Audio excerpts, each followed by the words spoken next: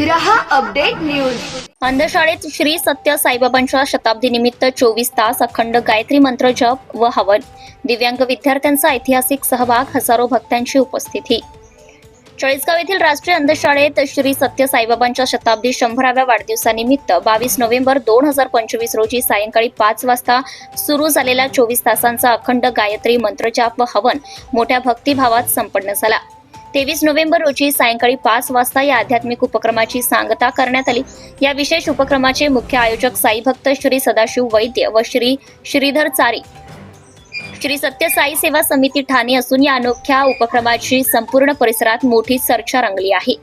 दिव्यांग विद्यार्थ्यांचा प्रथमच ऐतिहासिक सहभाग। या कार्यक्रमाचे वैशिष्ट्य म्हणजे इतिहासात प्रथमच अंध, मूकबधीर, मतिमंद व शारीरिक अपंग अशा सर्व प्रवर्गातील विद्यार्थ्यांनी स्वतः हवनात सहभागी होऊन मंत्रजपाचा अनुभव घेतलाय। कार्यक्रमात सहभागी सुमारे 600 दिव्यांग विद्यार्थी व शिक्षकांना सत्यसाई बाबांचा संदेश असलेले टी शर्ट वितरित करण्यात आले।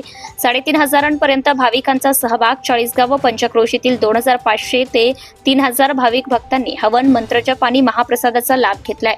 तर वातावरण भक्तिमय झाल्याची भावना उपस्थितांनी व्यक्त केली आहे।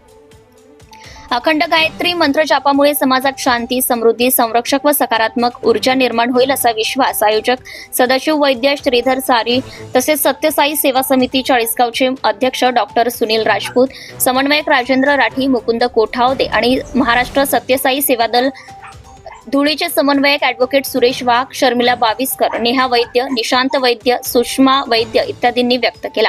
शताब्दी उत्सवाचा केक कटिंग व विशेष गीताने भक्त मंत्रमुग्ध कार्यक्रमाची सांगता 4 प्रकारचे केक कापून करण्यात आली।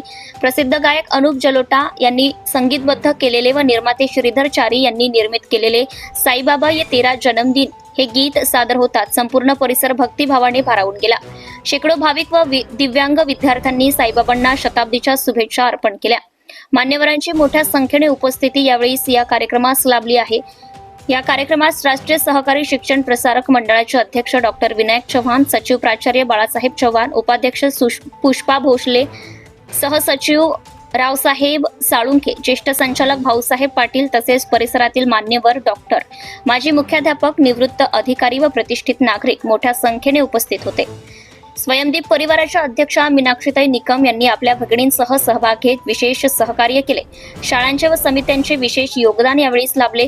कार्यक्रम यशस्वी करण्यासाठी अंधशाळेचे मुख्याध्यापक सचिन सोनवणे, मतिमंद शाळेचे मुख्याध्यापक हेमंत पाटील, मूकबधीर शाळेचे मुख्याध्यापक विजय वाणी, प्राथमिक विद्यालयाचे मुख्याध्यापक निखिल महाले, वसतिगृह अधीक्षक राजवल्ली जमादार तसेच सर्व शिक्षक, शिक्षकेतर कर्मचारी यांनी विशेष प्रयत्न केले। यावेळी सूत्रसंचालन कार्यक्रमाचे मुख्याध्यापक सचिन सोनवणे यांनी केले, तर आभार प्रदर्शन आयोजक साई भक्त सदाशिव वैद्य व श्रीधर चारी यांनी व्यक्त केले। Bureau report Murad Patel. Subscribe now and press the bell icon. Never miss an update.